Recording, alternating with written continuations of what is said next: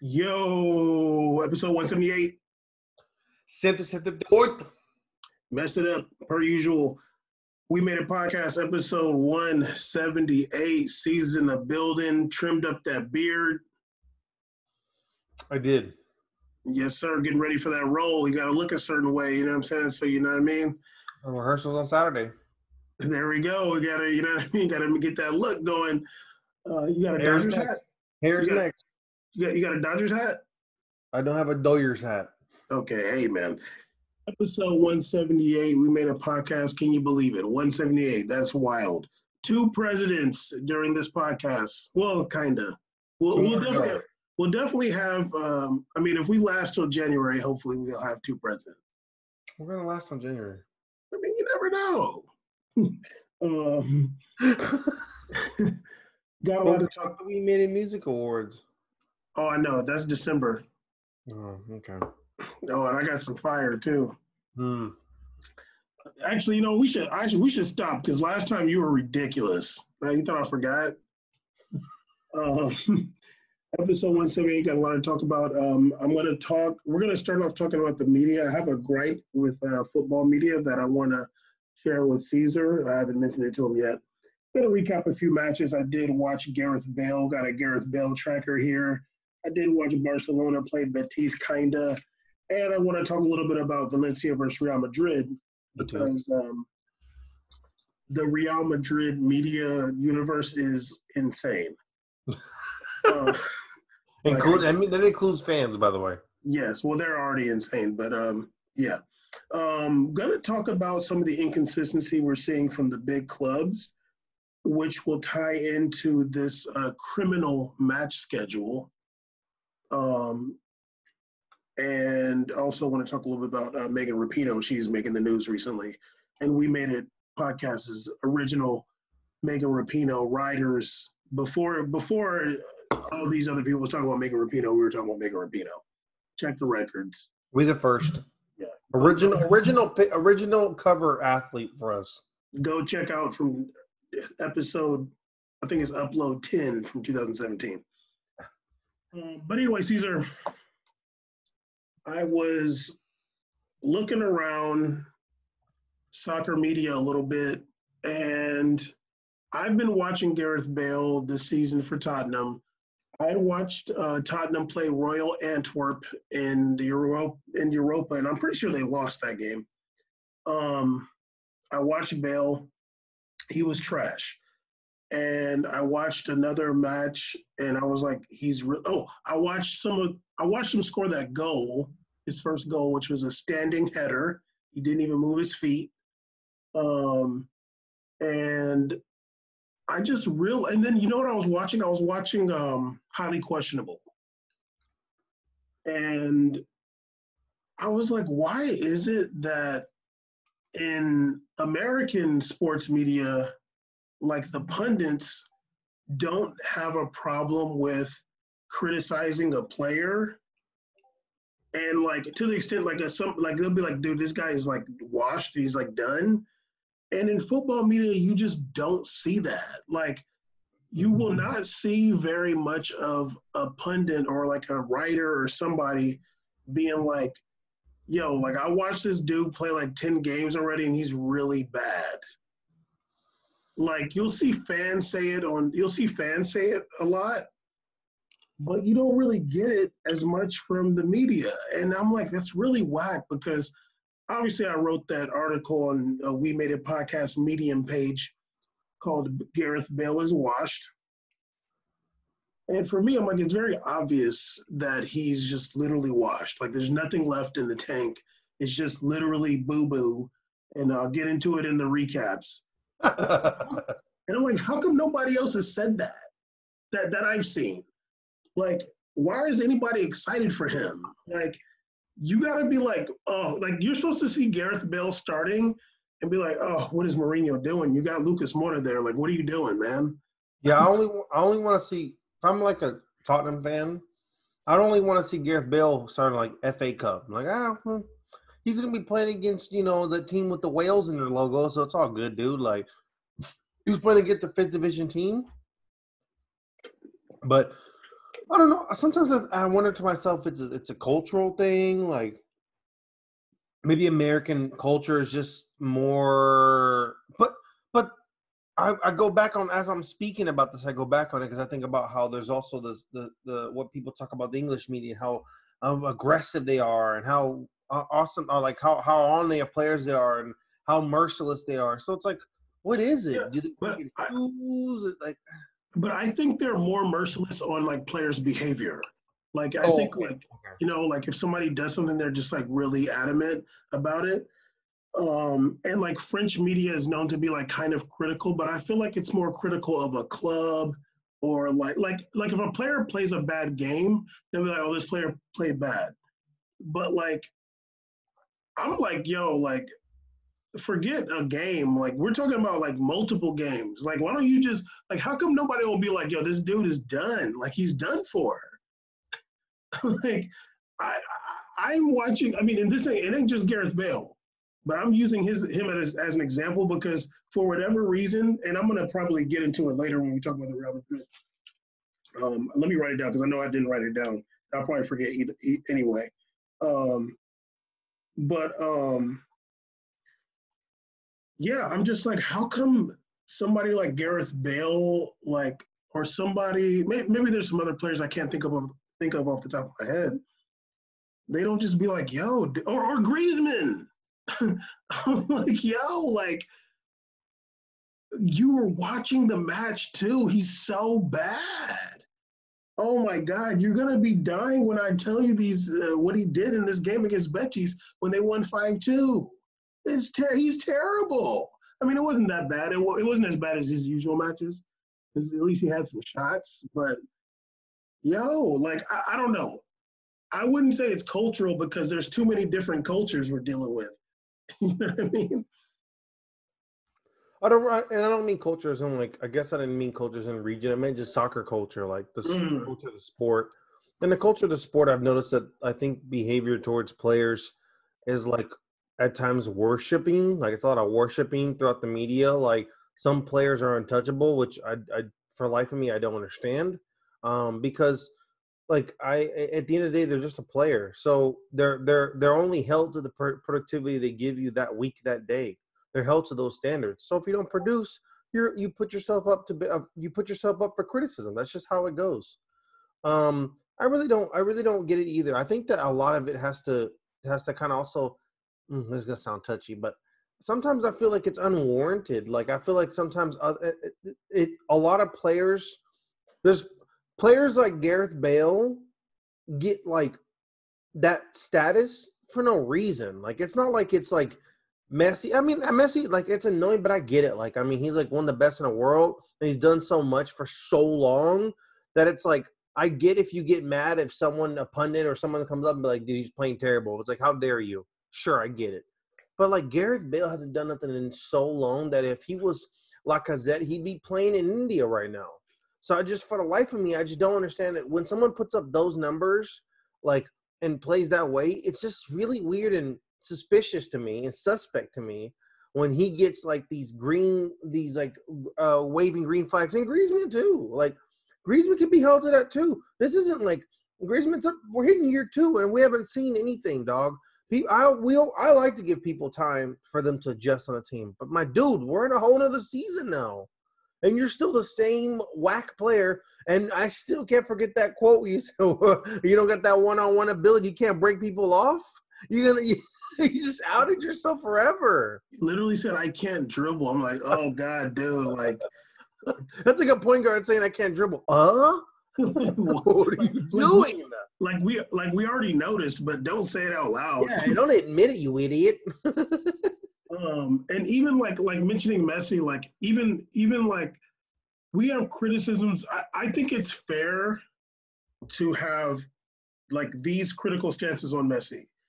He's not really a leader, and he like kind of can not show up in big games sometimes.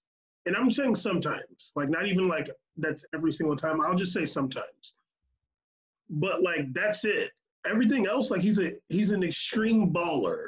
You know what I mean? Yeah, he And is. like and somebody could, and sadly we had to do this. Like And Ronaldo, like I don't know, I don't know what the criticisms of him are. Like I don't know, but if somebody was to say it, I'd be like, okay, like yeah, I can see that. And then but then everything else, he's a baller. But it's just interesting. Like I feel like the media is like reluctant to say when somebody's like just you're just washed, and maybe they just don't have the term for it. Maybe because they don't use the word washed. Like sometimes you got to have the word for it, and if you don't have it in the vocabulary, in your slang vocabulary, then you can't really, it's not in your culture then. Yeah, for me, I think that I would hope to be around a culture that kind of like wants. Look, I mean, at the end of the day, a lot of people have different motivations, and yeah, it's the corny approach is like, oh, the guy didn't play, or these pundits didn't play. Well, they don't know nothing about the game. We're all watching the same game, dude. Now, of course, people see the game differently, but the stats also don't lie, and some things are just really obvious. Now, if you want to be in denial, that's up to you. But players like Gareth Bale, players like Griezmann, I just don't understand why there's either an ignorance towards them that involves like pretending that what they're doing, their inefficiency doesn't exist. Because I don't like when you do that, and at the same time, Ozil, I don't like when you do that, and then the minute they score, it becomes meme time. That's corny to me. Like the minute Gareth Bale scores, they're like, "Oh no, he's laughing at Madrid." I'm like, "Dog, like, are you kidding me right now? Like that's his first goal the whole damn year. Like you think that's what we wanted to keep him for $450K a week for that number? There's like, here's what you're doing. Here's like this. It's this small thing. It's what they're doing." But the scope of it, they're completely ignoring just for like some post to be funny, like witty.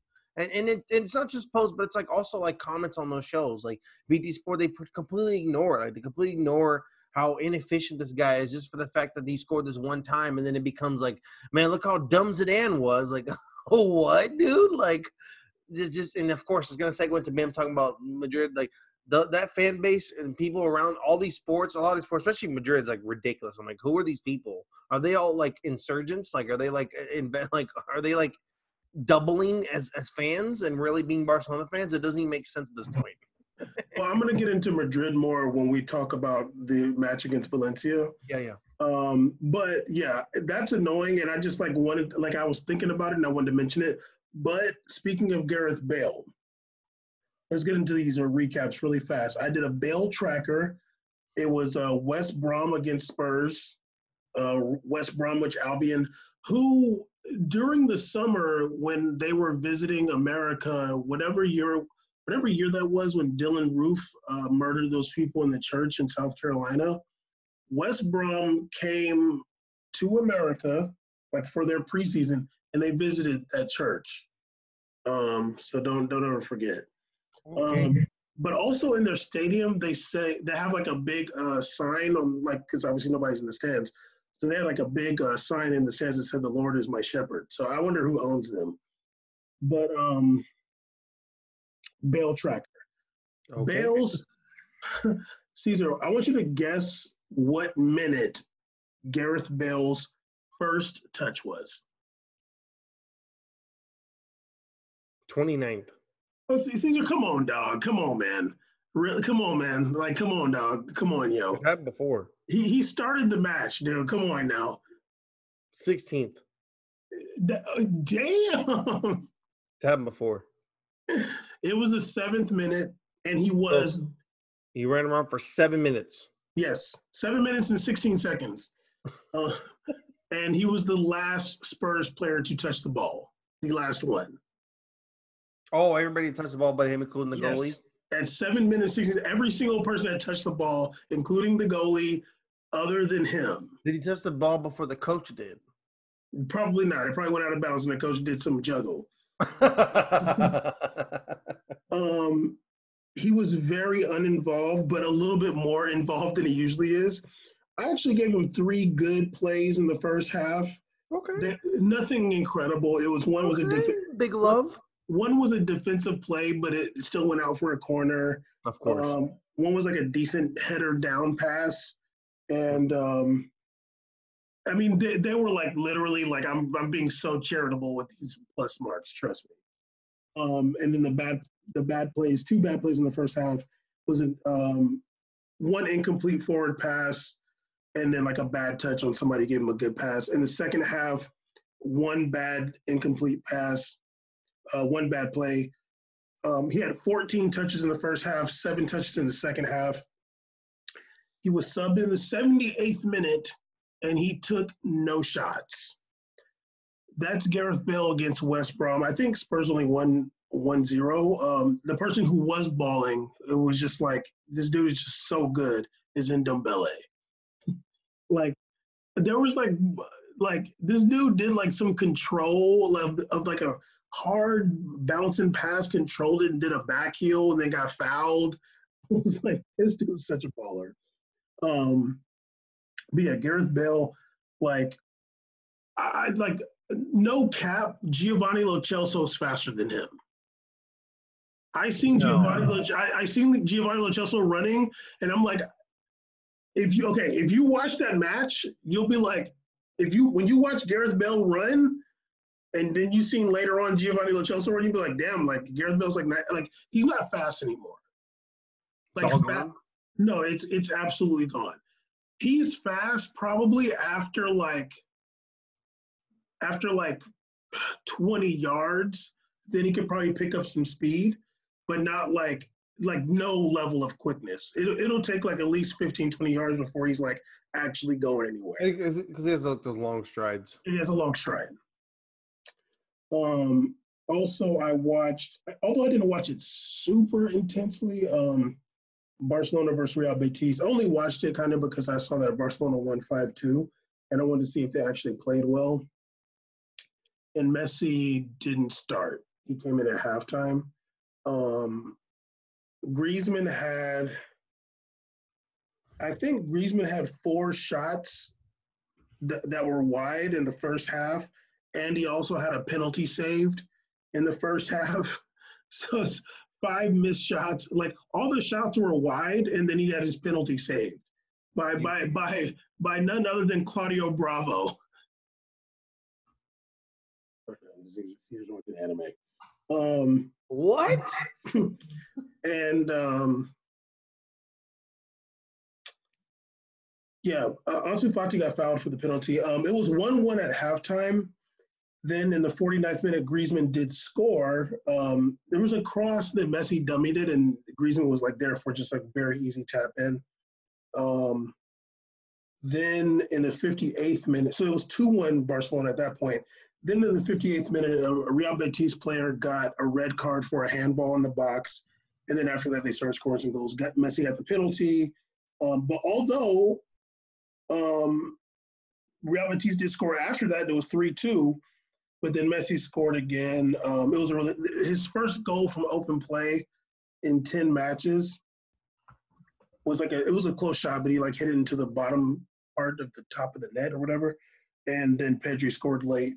But Barcelona didn't look incredible by any means, and Ansu Fati got injured, and he's going to be out for 4 months. So that sucks for Barcelona. Hopefully that show you're watching is good. Now, Caesar's watching one. What is it? I'm not watching the show, man. What is it? One Punch something? Are you talking about One Punch Man? Yeah, there you go. That's what Caesar's watching. Where did you get that from? Who are you? Don't sleep.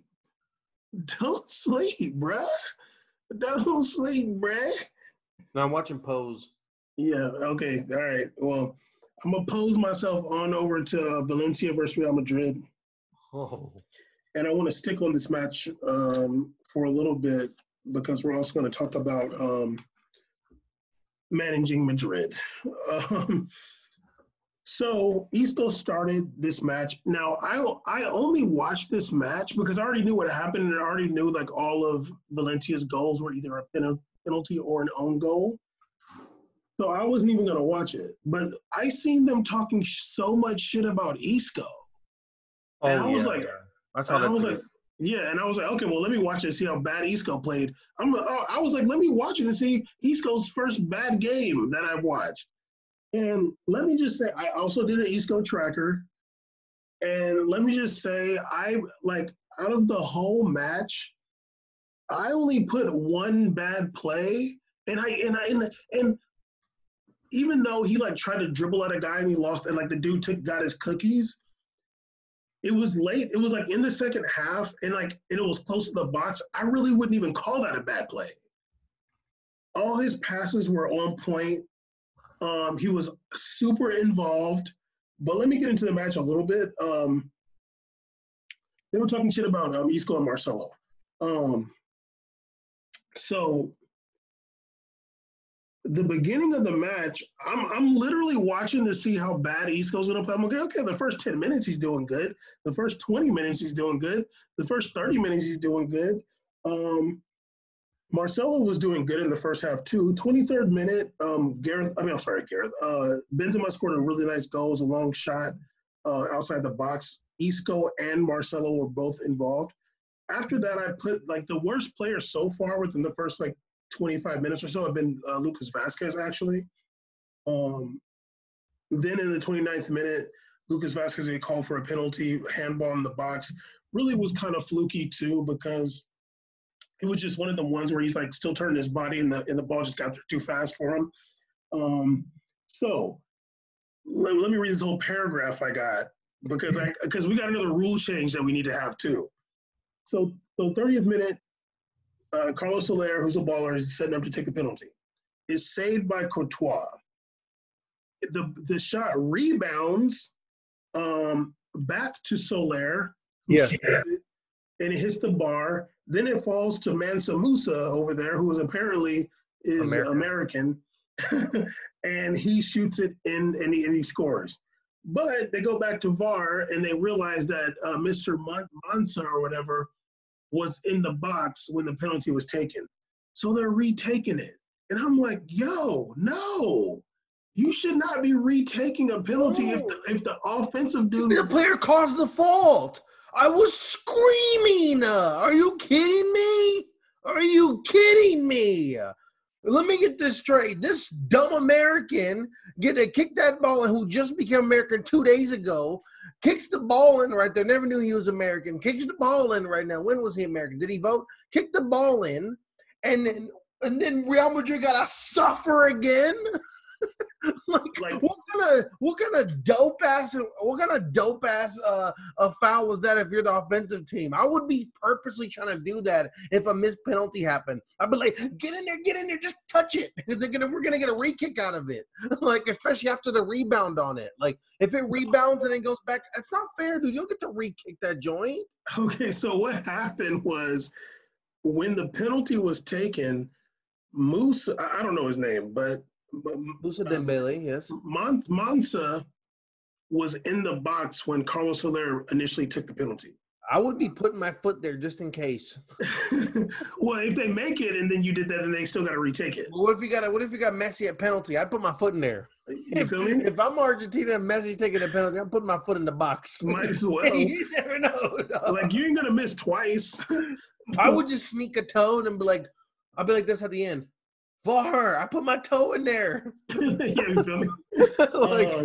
I think that's like one of them archaic rules that just snuck on over the years. And then here's a moment where it just rocked the team. Well, as if that's Real's fault that the Valencia player had his foot in the box. I mean, honestly, it's just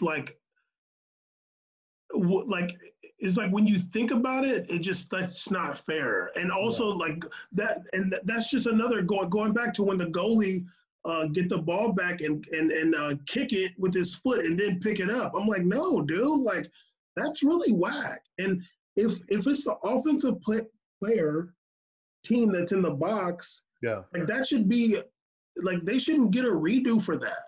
Absolutely not. If it's the opposing team, but not the kicking team. The hell no, man. That's ridiculous. That's so whack. So anyway, that started all in the 30th minute. They're going to retake the penalty, and then Carlos Soler scores it. In the 45th minute, we get a weird own goal. Just another really fluky kind of thing. And it's 2-1 at halftime. So then we get in the halftime 2-1. Valencia hit the post in the 47th minute. It was pretty close. But 51st minute, we get another penalty called. I swear the ball like ping-ponged around and hit so many Real Madrid players before Marcelo was coming across. And like just like that wasn't a bad play by Marcelo. Oh, I didn't. I was like, I actually watched the replay. I'm like, I mean, I guess. No, that's not a bad play. That's not a bad play. I was like, it's not really his fault. Like, it's like his foot is like 80, like he already 70% committed to it before when it's already moving towards the body. Like, he can't do it. He can't quickly move his foot. It just can't. It can't happen. It's just like inertia occurring. Like, you can't stop that. Yeah, that was not like.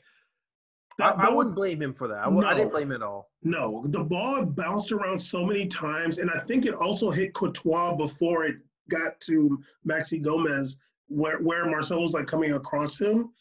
So yeah, no, I would not blame him for that. But Soler scores that penalty. In the 57th minute, Real Madrid had 2 good chances. In the 59th minute, Real Madrid had another good chance.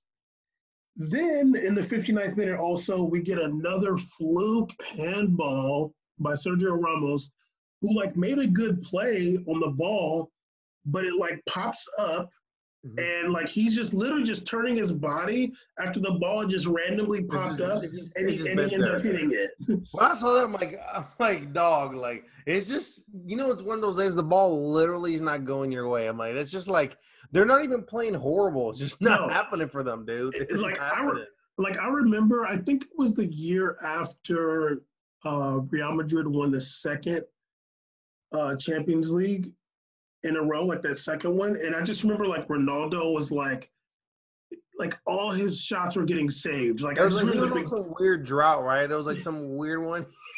Like, and the media was saying like, oh, like, maybe he's getting older, blah, blah. I'm like, no, like, literally the goalies is just balling on him, dude. Like, I'm like, every goalie, like this dude from Celta Vigo just like, he's doing one of these.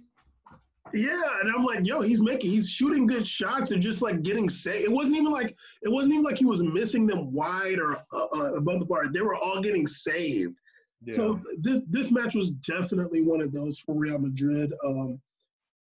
When like after that penalty was scored by Soler, I felt like Real Madrid was deflated in a lot of ways. There was like a couple of times where I seen like Marcelo kicking the ball, and maybe like Ramos or something, and you could just tell they were just it just wasn't their day, and they were like frustrated. But there was but there were some other good chances that they had.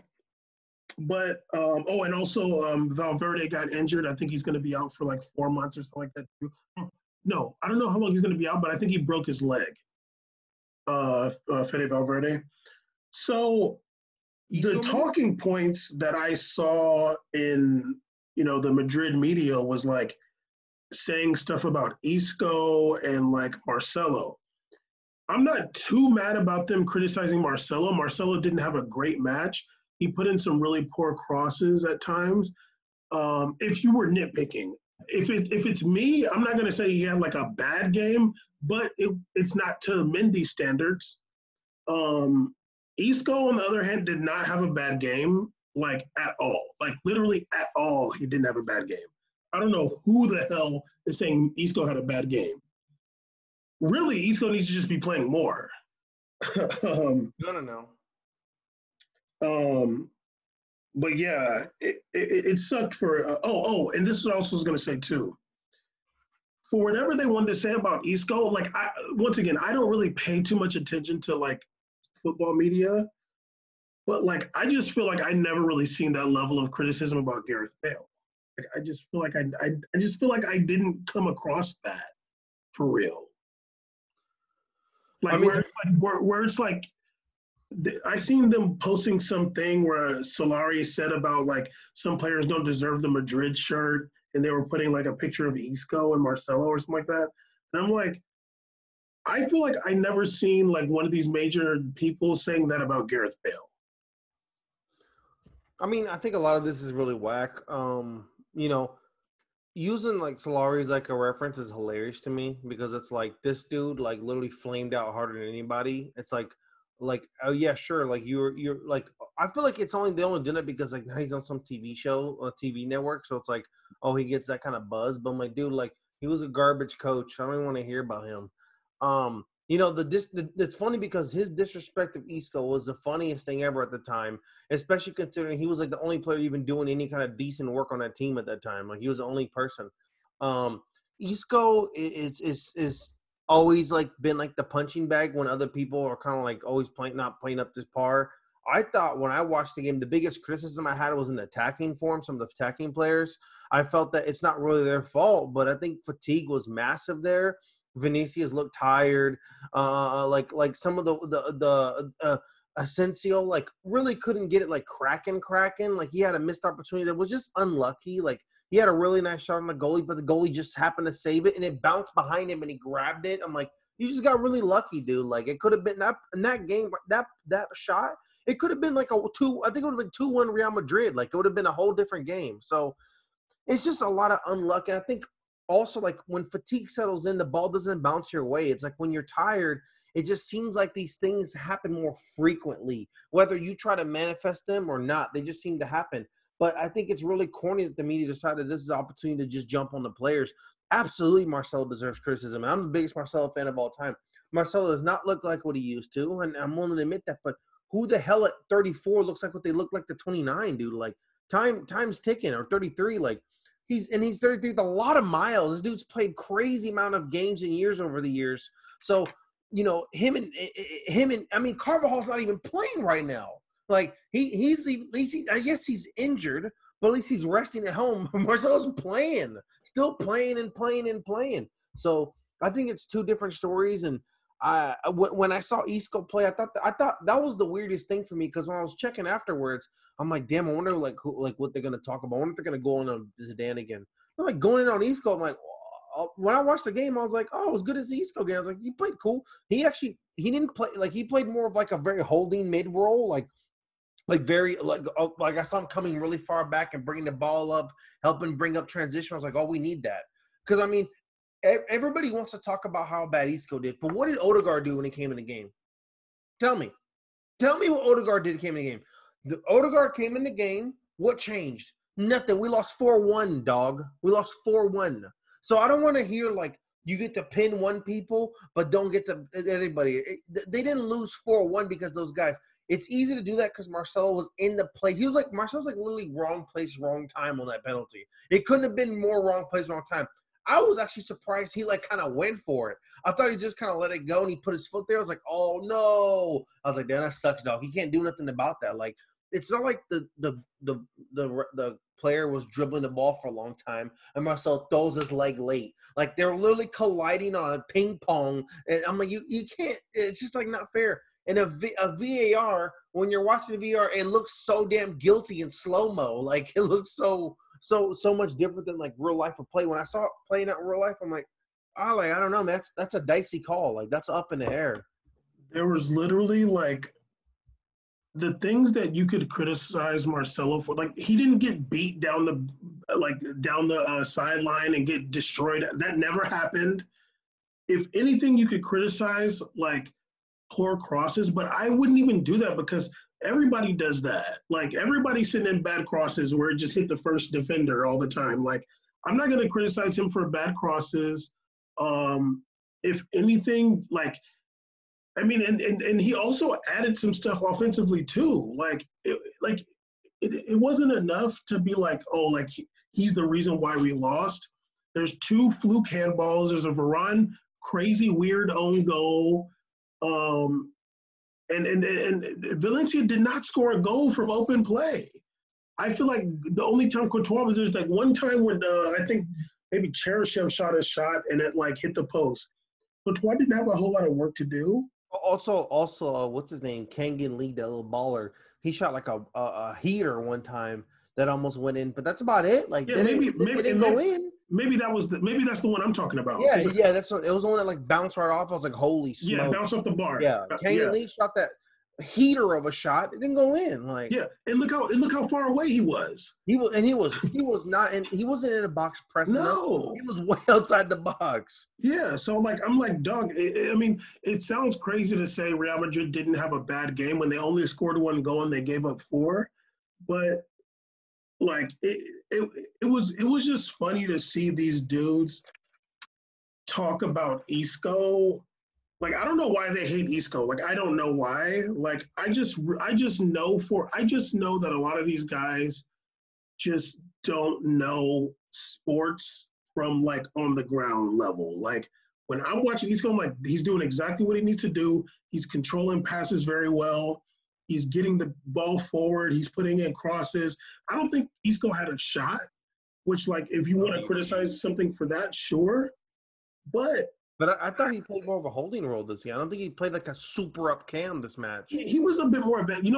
I think Valverde was a bit more behind him. He didn't have a shot, but like I'm not gonna blame him for that because he was involved and he was like around the box. It's not like Gareth Bale who like is away from the ball or just waiting for headers. Yeah, exactly. So, him not having a shot is more about like what we're gonna get into when we're talking about the match schedule. So I want to save that a little bit, but like I want to talk really quick about some of the like big clubs' inconsistency. You know what? This kind of like, this kind of mixes in with the scheduling because it all is the same actually. So let me pull up this article. I guess I can't watch EPL hardly anymore, but Liverpool played Man City. It was on Peacock, so who knows what the hell's going on in EPL anymore. But after the match, which ended 1-1, Jurgen Klopp and Pep Guardiola both criticized the schedules. It's funny because I sent you the show notes before I even seen like any of this stuff coming out about scheduling, and I think we talked about it in the previous episode too, about the players being very tired and like at this point it's just I honestly feel like it's criminal. Like like EPL voted against having 5 subs, which I don't know what the hell they did that for. But even if you have 5 subs, like something's got to give, dude. Like I hated that. I thought that was so whack they did that. Like especially EPL, which probably has deeper teams than any of these leagues in other countries, so much salary. Like, dude, that's so messed up, man. Like it's already exhausting, tired. There's a pandemic. Players are already being dropped out, not because they're injured, just because they're like testing positive. So, and then they're also running like 3 games a week. Are you kidding me, dude? Like, it's absolutely criminal to the point where I'm like, man, like the nerve it takes to go through that and then ask players to take wage cuts. Ha ha! Like, are you kidding me right now, dude? Like, people are playing more than ever in a shorter time period. You want people to take a little cut? Man, you better give me a raise up in here. This is insane. Especially, I think one person that we should really be listening to is Pep. I mean, Pep has been always very methodical about player health, fitness, and conditioning. I mean, he's always been notorious for the banning of foods and having like the different regimens and always like being like on top of like making Man City spend a bunch of money on making sure they get the top line stuff, physios to all that. So I don't understand why higher ups think like they have any more like I don't know, like I don't understand why higher ups think they have like any more like knowledge on this than like a coach does. Like if I'm the person with a bunch of money on investing in this league, I want the best product out there. Yes, you may think, oh well, the names need to be there, but I always thought EPL wasn't always name driven. EPL has always been kind of club driven. And if when players that you may not have never heard of do good, these media dudes go crazy, man. So it was like kind of backwards to me. I'm like, imagine if like when Man City starts to have Phil Foden, And they were talking about him for like 3 weeks, and I don't even care about him. They was talking about him for 3 weeks, and he had an almost goal. That's what it was. He had an almost goal, and everybody's losing their mind. So the media gets really behind these underdog, Cinderella, no-name people a lot, like when it comes to playing. So it was only going to benefit in their favor. I think it's really criminal as well. I don't think it's fair for the players at all. Yeah, I think the worst part is like having Champions League and then having league matches the same weekend. They've done 3 Champions League match days, and each time they've had a league match on the weekend. And I'm like, you can't do that. Like, you got to do it. Like, you got to do these group stages every other week at least. Like have one. Like, okay, have this week is Champions League on Tuesday. We got it. We had a game on Saturday. We got this game on Tuesday, and we got a game on Saturday. But the next week, you can't do that. Like, you can't do it the next week. The next week has got to be like, okay, we have the middle of the week off. Like, they did that 3 weeks in a row. And that's just too much, dude. Like, or maybe it was 2 weeks in a row. Either way, like, I think that they and I'm not so mad about the league schedules. Like, the league schedules can be like, you can postpone matches and things happen all the time. It's just, for me, it's the Champions League schedules, because like we're seeing all these injuries pile up on these like players that are like good. I think Benzema got hurt. PSG has so many players missing right now. It's like 11 players are injured. When I literally watched PSG the other day, and I was like, what the hell team is this? Yeah, there's like 11. I didn't know what was out there. There's like 11 injuries or something like that, or 9 or something like that. And no, I'm saying like luckily Real at that one position Benzema hurt, there is a little bit of depth in terms of names. I'm not saying they're good or anything, but there's people there. When I watch PSG, I'm like, these people, they're grabbing people out the damn rafters right now. This is crazy. Well, it's going to get bad. Like, I mean, Pep was saying, like, yeah, you know, like now, like this guy is hurt and this guy's going to be hurt. Like, the players, like, yeah, like you said, it's more club driven, and the teams need to be incentivized to play different players. And that's how you'll see it, like, if the coaching actually matters, which it doesn't. But I just really feel like they just put too much on the players. Now, if they were going to do Champions League, like, they still should space out these group stage matches. And also we got international breaks where they're doing CONMEBOL qualifiers. They're flying all the way to South America, and they're going to have to come back during the pandemic. But and there might end up being some issues with that, especially with England. But because of lockdown, I think that what they should have done is for sure space out these group stage matches and also do one leg playoffs, like round of 16 and up. Just do one leg, because if the and I'm pretty sure they're doing 2 legs again. I'm pretty sure they're gonna go back to 2 legs, and I just feel like it's just too much. Why couldn't we just wait one more season? Yeah, just wait one more year, dude. Just wait one more year. We'll be reset by then. Yeah, like we'll be fine by then. But now it's like, and it's just too much traveling during the pandemic. I mean, granted, it seems like too much traveling. I can't speak for how everything is in Europe, but France went into a lockdown. Italy locked down some provinces. England went into lockdown. Germany went to lockdown. Look at the NBA. They finished their season when another season started. You don't see them playing again, dog. Just wait. Wait. Everything, they could literally start, and if they wanted to in January, be like, we're going to have a 30-game season. Or they could go, we're just going to have a big old tournament. We're just going to do another tournament, and we're going to make forego the season. We're going to make a special tournament, a special thing, and next year we're going to get it going again. You can reset. It's a freaking pandemic, dude. Like, the world understands. We understand, dog. We get it. Like, it's not that we don't understand why you didn't redo the schedule or why you – like, we all get it. Like, a lot of people didn't get to work either. So it's like people are understanding that things aren't gonna. It's gonna take an adjustment period.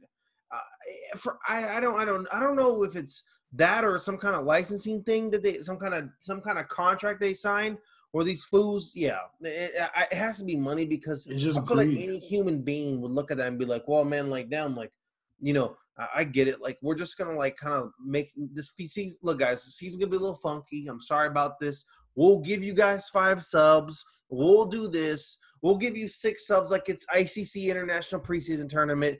Bring in who you want. We're gonna have no regulation on bringing up players above 16. Under youth teams to play however they want. Fine, but the next season we're going back to normal. Boom. Okay. But even the 5 subs ain't enough. Like No, because no, I'm just saying, like, you don't even do that in EPO. What are you guys thinking? Yeah, because like even with that, like it's gonna be tough for coaches and stuff because you want to have your best players out there regardless. Like you don't want to be bringing in some 17-year-old. Like I wouldn't. At the same time, if you can't even bring in a 17-year-old because your best players all got hurt, then you're really effed. So it's exactly. Like at least the 5 sub is the least of the worst. Like, yeah, I mean, like, damn. Yeah, like what I'm saying is like you gotta for sure do the 5 subs, like for sure. But then you also gotta space out these matches more. Yeah, Joshua, no. I even told you I couldn't believe we just went 3 weeks in a row with Champions League like this. I was like, dude, like I feel like I've been watching so much Champions League. These guys must be exhausted. Yeah, and you can tell Joshua Kimmich also got hurt. He's out till January. Yeah, there's going to be a lot of players that are like, pushing themselves too hard. And I forgot what match it was. I think it was Mönchengladbach or something. One of these matches with Real Madrid. And I feel like it was last week. And I was like, I can just tell they're so exhausted. Like you usually can't tell when a player is tired, or like a team. Like that's like something that's really hard to notice. But I was like, oh, like this is so obvious. Even I think Florenzi for PSG, I think like he had to leave a match because he was just exhausted.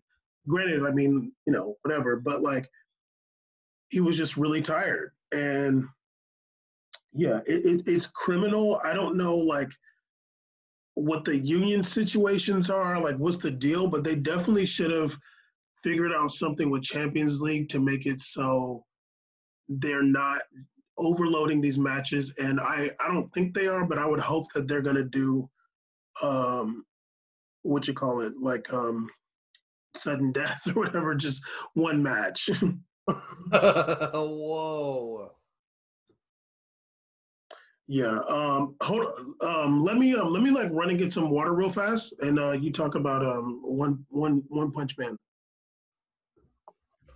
All right, so One Punch Man, the origin story. Nah. I thought another thing we talk about this weekend, or we talked about, was I thought it was really interesting that this I forgot. Let's look up his name from Valencia. Is it Mansa? Mansa? No. His name is. We gotta find out his name. It's. His name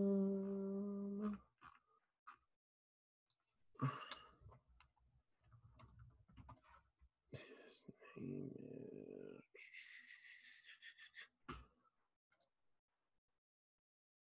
Oh, his name is Musa. Yunus Musa. Born in New York, played for Valencia.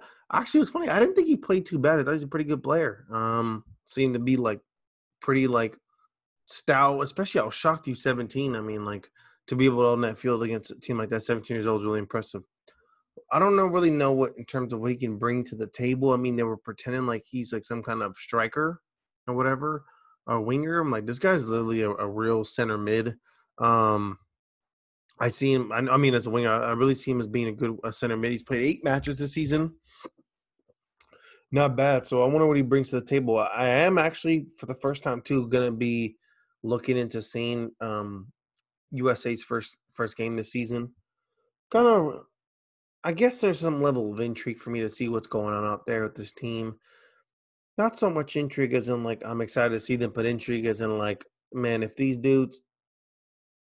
Oh, he's back. All right. What was he talking about? Hockey, guys? No.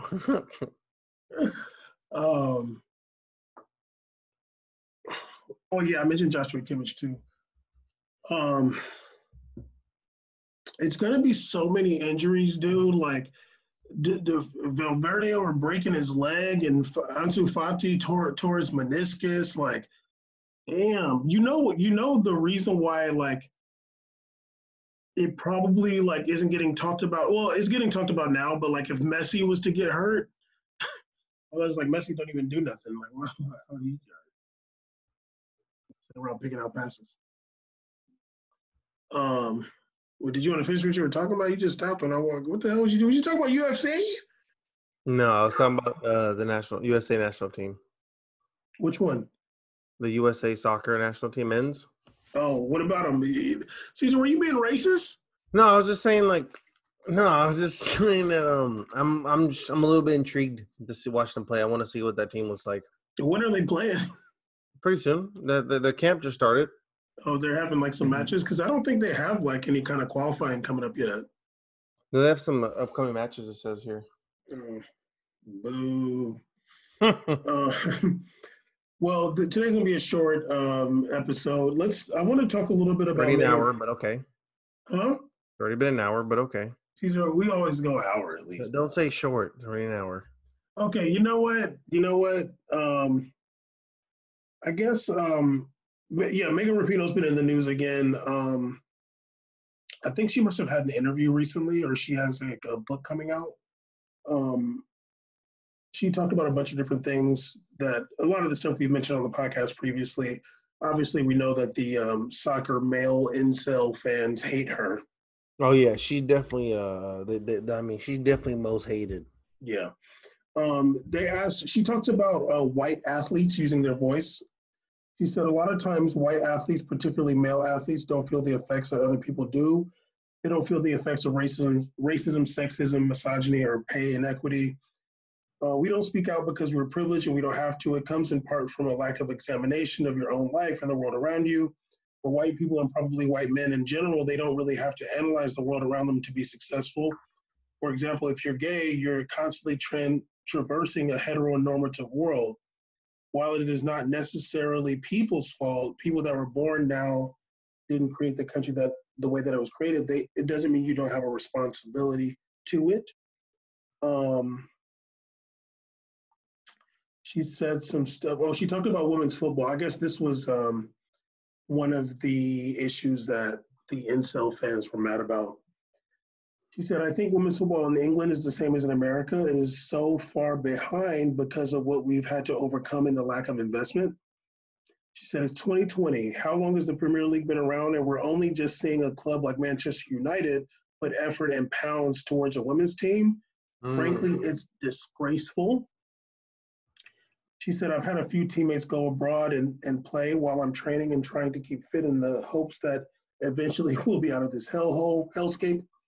I want to keep playing. I'm definitely not anywhere near retirement. I absolutely want to play in the Olympics. Yeah, so she's talking about when she mentioned that about Man U, there was a lot of angry Man U fans. But I think she has a point. Especially EPL, there's a lot of money just like going around a lot of different places. And it'd have been great if they used their resources to start a viable women's league a lot longer ago. And like, maybe, I don't want to say force the teams, but like kind of shame the teams if they don't want to do it necessarily into having women's teams.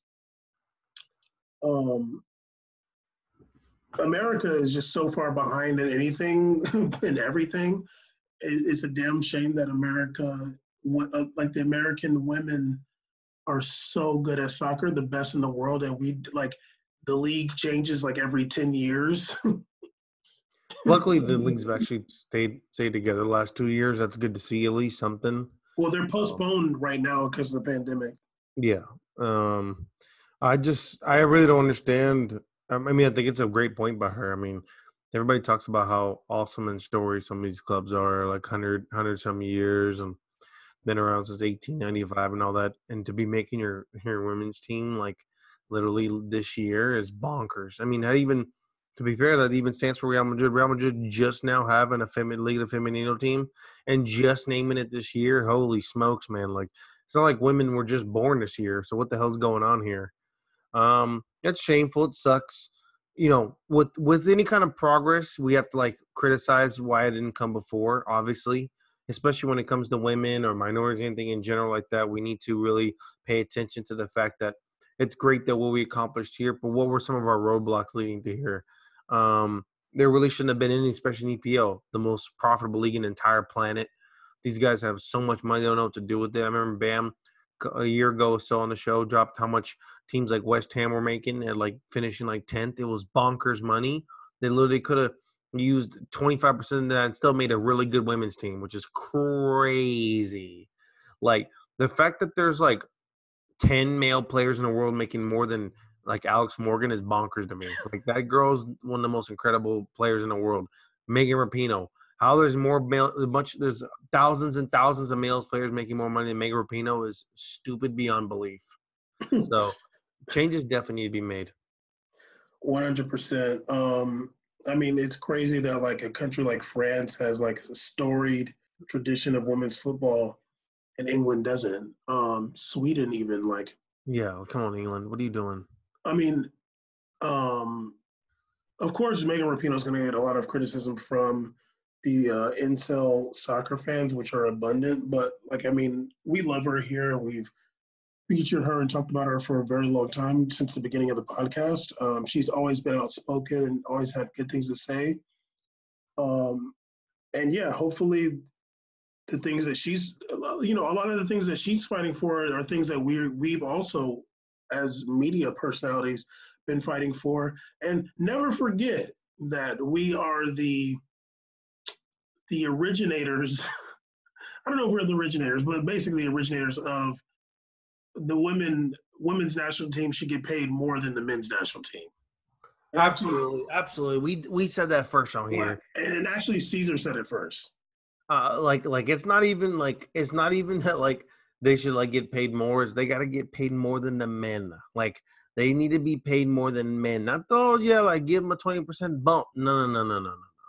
The men need to take a cut and give them more money until you, especially when you lose to Haiti or whatever the hell they lost to. I forgot that game, whatever, Trinidad Tobago. You don't get to get paid more, buddy. I'm sorry, dude. I don't care what contract it is. That money got to be subsidized and sent to the women players who won the World Cup, won it, and we all watched. That joke was popping. It was a popping game. It was lit. I mean, yeah, not to relitigate how bad the U.S. men's national team is compared to the women. Like, and even like the funny thing is, like, that's the reality, and there's no reason that there has to be that disparity. Like, they're all from the same country. Actually, the men are picking dudes from all over the world trying to get better. And I'm like, the women are just literally got chicks from like Irvine.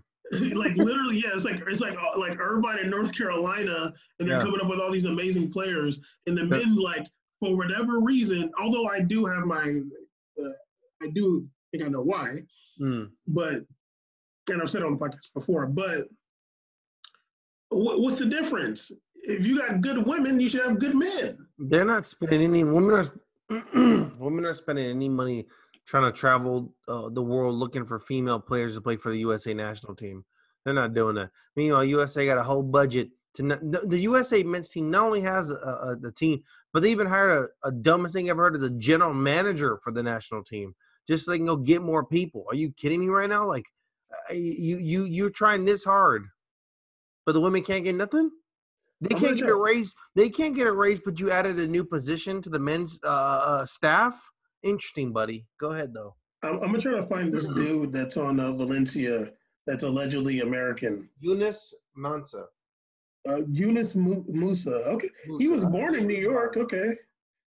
Born in New York. Oh, what the hell? He played for England's national team his whole life. What is this? This dude has an English, and they said that, like, they even said, dog, that, like, that's great that he can play for America, but, like, he can literally flip when he wants because he's not cap tied yet. So he can switch and go to Italy if he wants or back to England. He can literally play this game and be like, that was horrible. And go back to England. Caesar, this dude moved to Italy as an infant. He was literally born in America for 3 seconds. Hopped on a boat, went to Italy. This dude was living in England from since he was 10 years old after he moved from Italy. The best thing is when you hear him speak, you're like, wow, you're not American, dude. Yeah, that's like literally half the players. Him and Dest out here really repping USA, baby. I really hope he doesn't play for USA, dude. That'd be so corny. Literally going to play in an upcoming match. He got called up. Because he's good. He's very good. I was talking on the show. I was like, I thought he's pretty good. Yeah, he's pretty decent. Like, I thought he was good because before he was like kind of like a winger, and they got him at playing midfield. Like, he's a pretty good midfielder. Yeah, he's solid. I mean, he's solid. You know, I mean, Valencia. He's 17, dude. He's good. I'm like, you're over here just holding it down at 17. You're pretty good, dude. I don't care about dudes' ages, but but I mean, I'll say this about Valencia. Having watched Valencia a lot over the past couple of years, like it's hard to shine playing in Valencia's system that they've had. But he's definitely.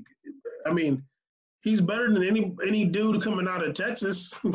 Oh, dead ass. Yeah, he's better than a North Carolina player. So. Yeah, we'll see what happens, though. I'm gonna watch because I want to see him play. I want to see him play in USA.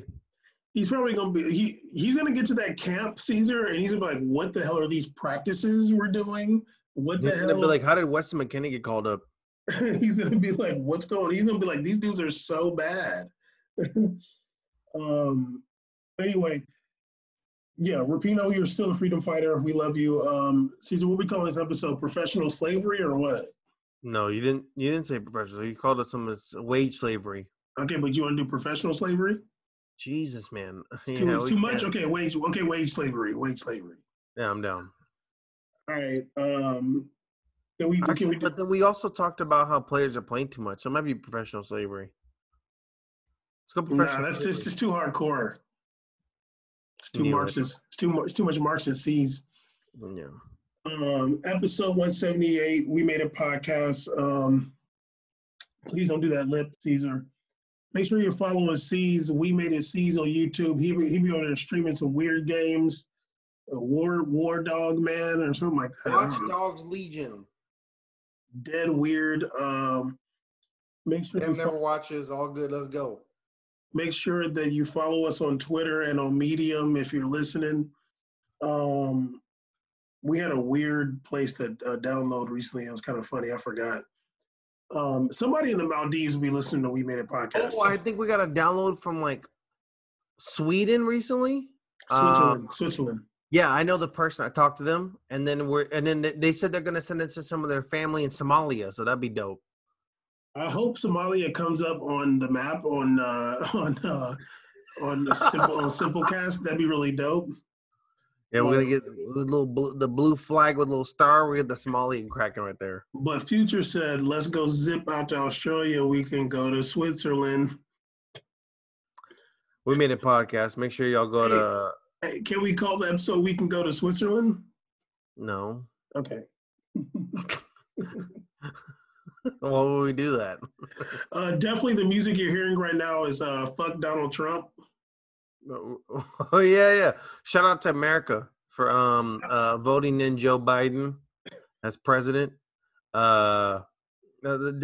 made a podcast. Started off when we talked about our first political episode, politics and sports, and it centered around the discussion on Donald Trump.